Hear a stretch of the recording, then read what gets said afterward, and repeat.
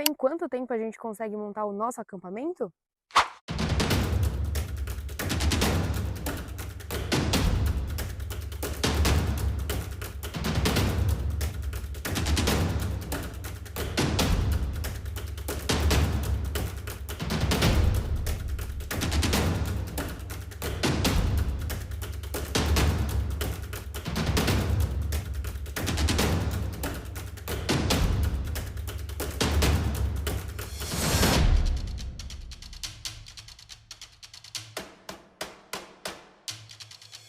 A gente demorou exatos 32 minutos para concluir o nosso acampamento.